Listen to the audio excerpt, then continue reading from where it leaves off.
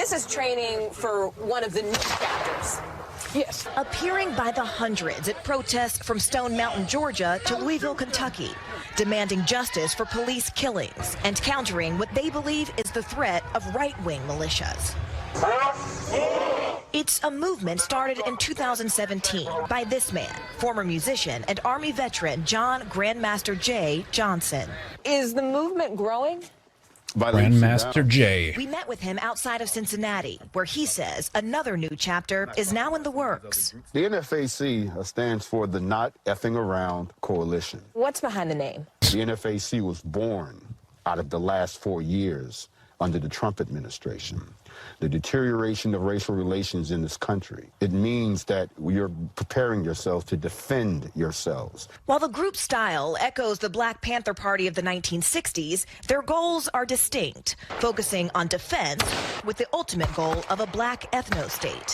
What makes us so different is that our goal is our own government, our own country, a place where we can determine our own. Oh, and it cuts off a little bit. Sorry about that. Determine our own fate, he says right there, right? And it's like, and I'm okay with this. It's like, of course, awesome, great. You should, protect yourself and all this kind of stuff. But the comparison here, that whites are incessantly demonized, even the whites that are associated with people who knew somebody who went to an event where there were people who said that they want to see a white ethno-state one day. It's like they get doxxed and harangued and they lose their jobs. They're terrorized and harassed to the point where some of them commit suicide. You know what I mean? And here's this casual, just, oh, so you want a black ethno-state? Okay, well, great. Well, keep in mind they haven't done anything violent, and they just see violence as the last effort resort to where to turn to get what they need and what they want. It blows my mind to see this kind of coverage. It's just incredible. Violence an option to reach your goals? The United States was built on violence being an option. Okay, so then that was okay, I would assume, because you're adopting the same tactics, right? So you would assume they were cool with that then, right? Actually, it was not, though. Many parts of the U.S. was actually purchased. There were treaties, and they actually, they won. Sure, they won some wars, to gain some of the territory, but some of it was actually purchased, right? It purchased from Mexico, purchased from Canada, France, Russia. Right? There's some other countries too, I think. Violence should be the last option. Extremism. So he says violence should be the last option, which means it is still an option. He just told the TV reporter violence is on the table, and they don't even say a squat about that. They're totally fine with it because these people are going to line up and help us to kill Whitey. Let's kill Whitey, everybody. Talk about January 6th, and we saw those rioters storm the Capitol. What do you say to critics who say you're no different from them? They're extremists, you're extremists. Show me where we have done those things. They've killed people. They've disrespected the government to the point where they have invaded its sacred halls. Show me where we've done those things. Experts rare access to one of their training sites at a secret location in rural Georgia. We are now driving to the NFAC training facility. We spoke to one member who chose to go by the code name Shy to protect her anonymity. This one is the handgun. Correct, yes. And then what do you guys do next? We are going to the area where we practice our primary weapons firing. Why did you decide to join this movement? It's for the cause. Black people, we need to learn how to defend it. This is definitely one way to do it. Do you all, For the have normal cause. jobs, you work in all different sectors? And Absolutely. We're business Do you think they'll be doxxed? Do you think they'll lose their jobs? Of course not. owners, we're doctors, lawyers, we're your everyday person, anywhere from Walmart to the corporate sector. What are you? Remember, right now the system is trying to tell us, after January 6th, there's these white supremacists, these right-wing terrorists. They could be anybody. They're all former veterans. They're police officers. We have to weed and snoop them out wherever they are. We have to get them out of the military. We have to fire them from their jobs. Right here is just, just normal professional people standing up for their own ethno-state. This is wonderful. What are you all training for? We're training for self-defense. A response to show they won't be scared or unprotected any longer.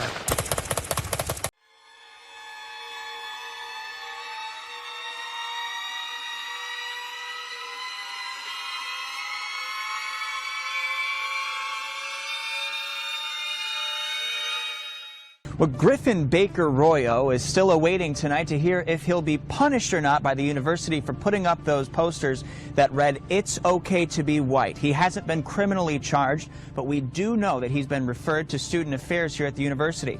But many at FGCU say they were offended by his act, especially Dr. Ted Thornhill, who teaches the white racism class. That it's okay to be white? It's ridiculous. It's ridiculous. Holding signs on this Vancouver overpass. Here's what it looked like along Waverly Lane in North Fort Worth early Thursday morning. The University of Maryland and Montgomery Blair High School in Silver Spring.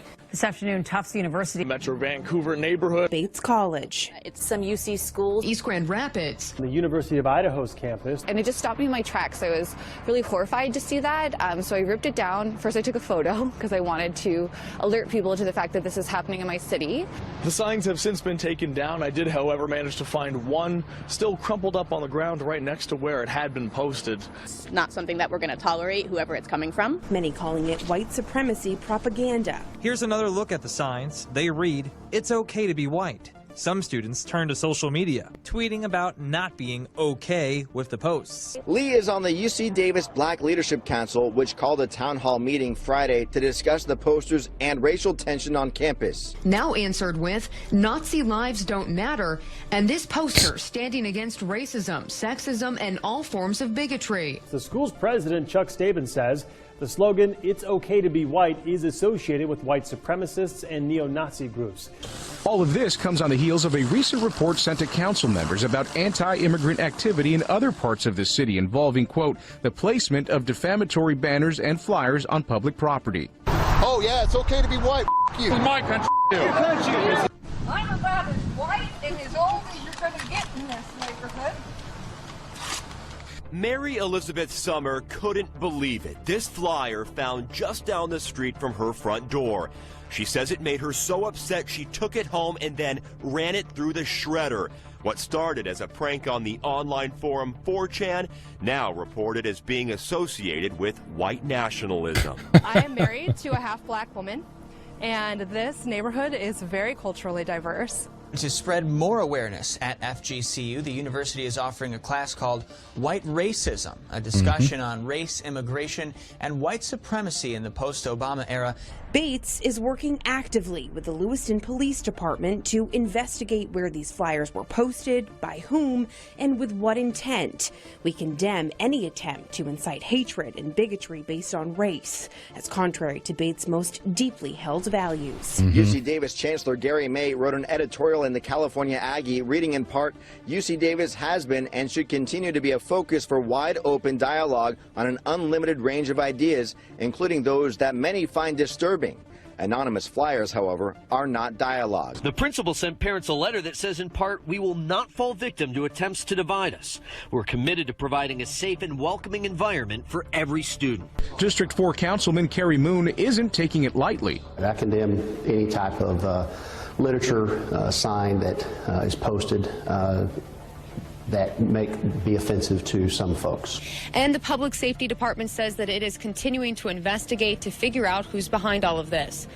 In the meantime, the New West Police Department says they haven't received any complaints, but have opened an investigation. Well, the councilman said this kind of activity is considered a Class C misdemeanor, and those responsible could face a citation. He also said instead of ripping the signs down, neighbors should call police immediately and leave those signs up since they are considered to be evidence, and then just let the police investigate the situation. It's incredible, right? It's just arming yourself, calling for an ethno-state, saying violence is on the table, good pieces in the media. Hanging up poster that says it's okay to be white is a criminal offense. Do you understand where we are now?